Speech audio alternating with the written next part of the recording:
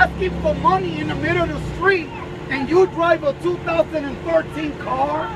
That's Daniel Ayala in the video. Well, I see this little old lady there, 78, 90 years old, she's looking like. Says he works 2 jobs, but still tries to give to people who need help. I see you hungry. I give you every day $3, $2. Thursday, I did not eat to give you $4. It made me mad when I saw her Monday behind this gas station right here parked, counting the money, and she had a lot of money in her lap. And I couldn't take it. My anger took over me. And despite the fact that this video has been viewed almost 2 million times, that lady was back at that same median today, but didn't want to talk about her car. I don't have no car. Get the hell away from me right now. Get away from me.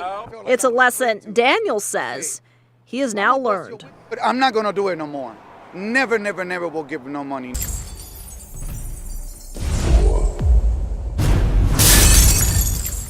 Look at this guy.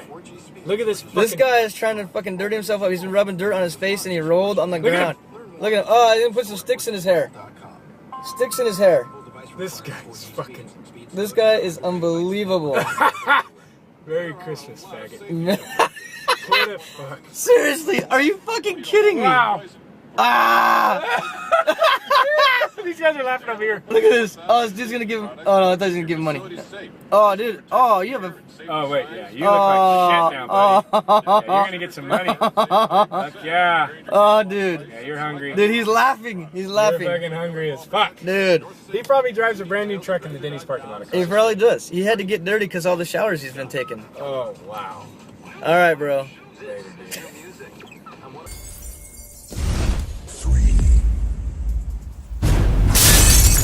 Day after day, we watched this sad, pathetic woman hobbling on crutches and shaking her cup for donations.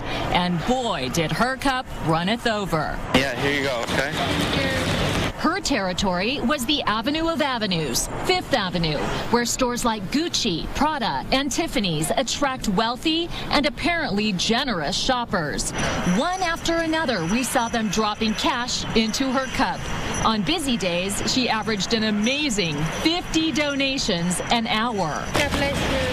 She certainly looks like a sad and desperate lady, but we were a little suspicious, so we followed her. Here she is, getting off a bus in Queens and hopping into a minivan.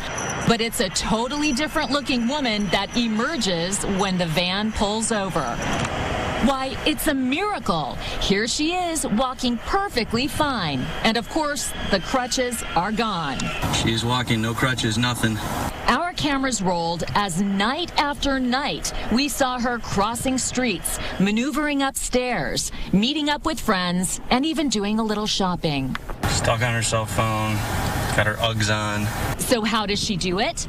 When it's time to go to work, she changes into her work clothes in the back of this van. Voila, she's ready for another day of bent-over, bogus begging. Later that morning, she told our producer, wearing a hidden camera, she hurt her back in a car accident. What happened? Accident?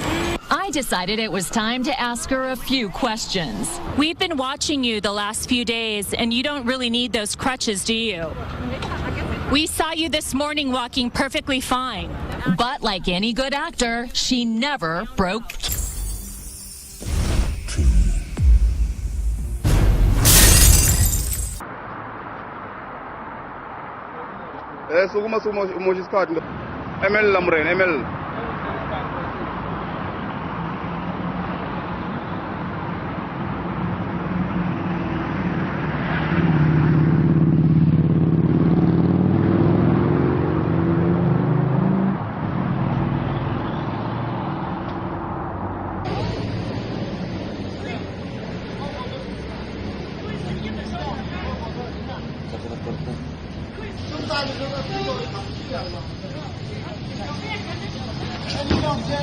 들어가, 들어가.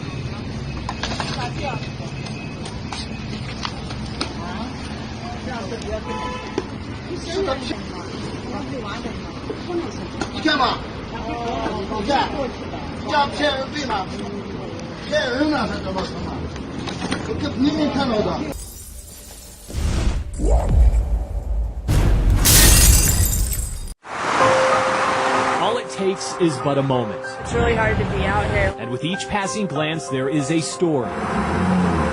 Tightly held on to and silently being told. A story It's harder on girls to be in the shelters.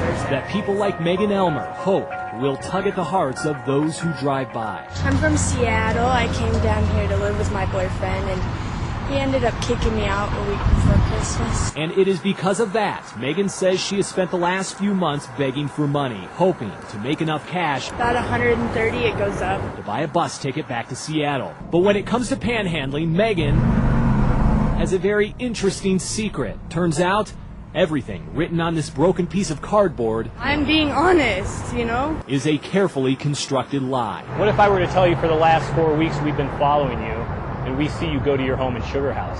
As she takes a few moments to think about that, let's go back to 1168 East Parkway Avenue, where for the past 6 months, Megan and her family have been living in this house. It's an old home in a nice neighborhood, and on any given day, this stranded young lady That's my friend's house. It's not my own. can be found stepping out the side door, sometimes to walk the dog, maybe to talk on the phone.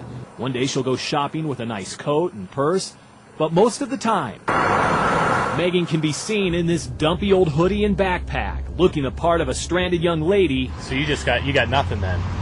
No, just my backpack and... with almost nothing to her name. And if you watch closely enough, you will see her routine is a very convincing one. Like clockwork, every 30 to 60 seconds, Megan's hand goes up. She rubs her head, then her eyes. She tops things off by revealing a look of near breakdown. It's a move that consistently paid off time after time after time.